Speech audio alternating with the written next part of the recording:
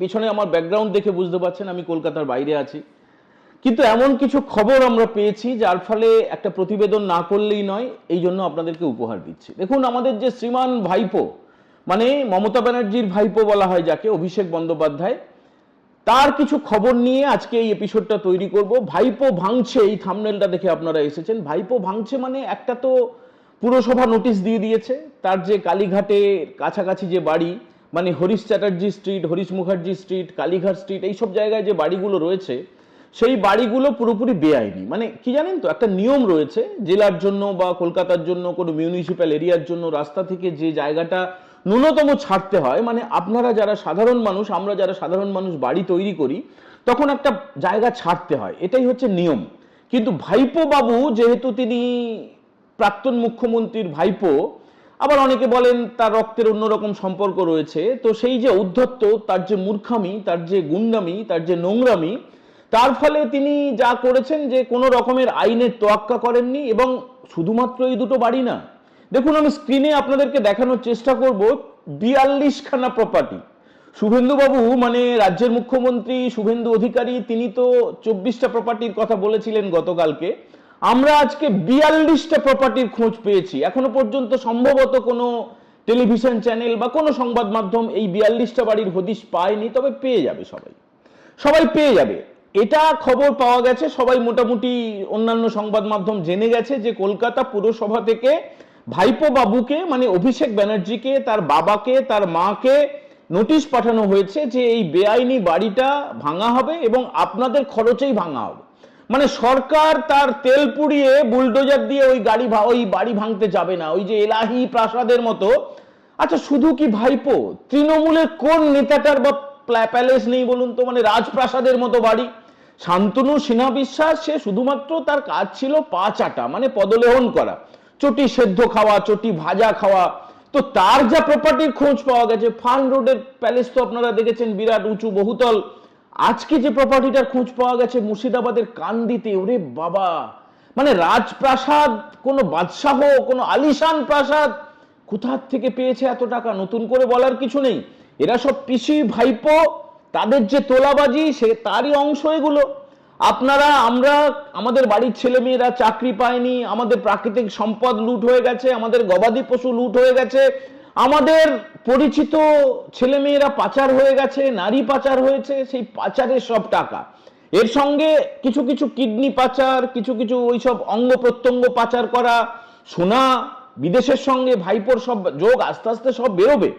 তো আমরা যেটা বলছিলাম যে ভাইপো ভাঙছে, দেখুন আক্ষরিক অর্থে যেটা ভাইপো হাতুড়ি নিয়ে তার বাড়ি ভাঙতে হবে, আর একটা ভাঙার কথাও আপনাদেরকে আজকে আমরা জানাতে চাই। ভাঙছে মানে ভেতরে ভেতরে তার শরীর, তার মন, তার চেতনা, তার বুদ্ধি, তার শয়তানি, এগুলো আস্তে আস্তে ভাঙছে।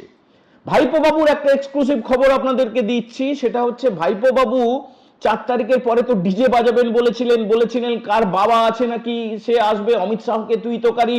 তারপরে যখন সাধারণ মানুষ তাকে মানে ভাইপোকে আর পিসিকে লাঠি মারতে মারতে ঘাড় ধাক্কা দিতে দিতে মসনদ থেকে নামিয়ে দিল, তারপর থেকে ভাইপো বাবু যেটা করেছেন, একাধিক উচ্চ পর্যায়ের যারা অফিসার, মূলত দিল্লি কেন্দ্রিক, মানে ভাইপো বাবু তো সাংসদ, ওই ভোট লুট করে সাংসদ হয়েছিলেন, তার ফলে তার একটু কন্ট্যাক্ট তৈরি হয়েছে।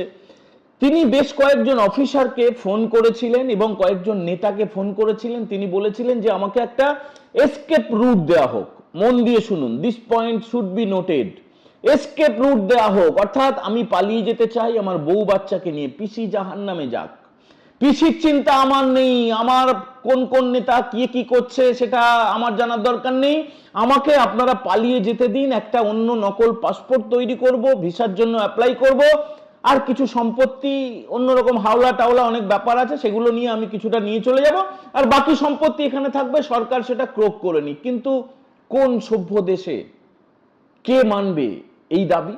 কেউ মানেনি, কেউ মানেনি। ভারত সরকারের যে বিভিন্ন মন্ত্রক রয়েছে তারা অত্যন্ত কড়াভাবে নজরদারি রেখেছে। আর এখন তো রাজ্যের মুখ্যমন্ত্রীর নাম শুভেন্দু অধিকারী, তিনি তো 4টে লুচ্চা লাফাঙ্গা গুন্ডার নাম গতকালকে তিনি বলে দিয়েছিলেন, একটা হচ্ছে জাভেদ খানের ছেলে, একটা হচ্ছে এই ভাইপো বাবু, আর একটা হচ্ছে রাজু নস্কর বেলেঘাটার, আর একটা সোনা পাপ্পু। তো একদম লুচ্চা, একদম লুচ্চা বলতে যা বোঝায়, মানে একে ফুলিয়ে ফাঁপিয়ে মিডিয়ার মানে চোর পোটার যারা আর কি, যারা পা চাটে, যারা রিপোর্টার, এই মিডিয়ার একটা বড় অংশ ফুলিয়ে ফাঁপিয়ে তাকে এমন ভাবে দেখিয়েছে যে বিরাট সম্রাট, শুধুমাত্র একটা লুচ্চা ভাইপো ছাড়া কিছু না। আপনারা এরপর থেকে এই শব্দবন্ধটা ব্যবহার করতে পারেন, লুচ্চা ভাইপো, লুচ্চা। তো তার সেই লুচ্চা ভাইপোর লুচ্চামিটা ধরে ফেলেছে সরকার। রাজ্যের মুখ্যমন্ত্রী শুভেন্দু অধিকারীর নির্দেশে, তিনি তো স্বরাষ্ট্রমন্ত্রীও বটে, রাজ্যের পুলিশ মন্ত্রী, লালবাজারের ঝানু গোয়েন্দারা এমন নজরদারি রেখেছে, কোনোভাবেই কিন্তু ভাইপো পালাতে পারছে না। এই কারণেই আমরা থাম্বনেলে রেখেছি ভাইপো ভাঙছে। আর এই ভাইপোর ভেঙে পড়ার খবর, মানে তার বাড়ি ভাঙা, তার সম্পত্তি ক্রোক হওয়া, তার ব্যাংক অ্যাকাউন্ট সিজ হয়ে যাওয়া, এটা আলাদা ব্যাপার। আর যে ভেতর থেকে ভাঙনটা কেউ কেউ টের পেয়ে গেছেন। তার মধ্যে অন্যতম একদম এই লাল চুল কানে দুল একটা সহযোগী চাকর ছিল, যার নাম জাহাঙ্গীর। সেই জাহাঙ্গীর ফলতা থেকে তৃণমূলের টিকিটে প্রতিদ্বন্দ্বিতা করেছিল, আপনারা সবাই জানেন। এবং তিনি নাকি এত বড় পুষ্পা, যে পুষ্পা ঝুঁকেগা নেহি, মনে আছে? সেই সব ডায়লগ এখনো মাটিতে মিশে গেছে। লুচ্চা ভাইপো যেহেতু ভাঙন ধরে গেছে, তার অন্যান্য যারা সাগরেদ তারাও তো ভাঙতে শুরু করবে।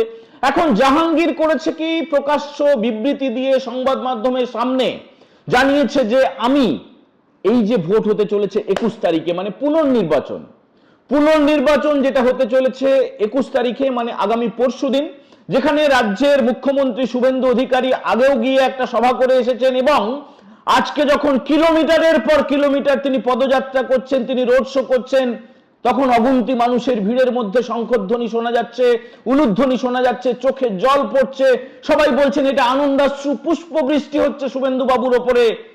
তখন ঠিক একই সময়ে লুচ্চা ভাইপোর সঙ্গী জাহাঙ্গীর ঘোষণা করছে যে আমি এই নির্বাচন থেকে সরে দাঁড়াচ্ছি। দেখুন, মনোনয়ন প্রত্যাহারের দিন তো চলে গেছে, এটা তো পুনর্নির্বাচন।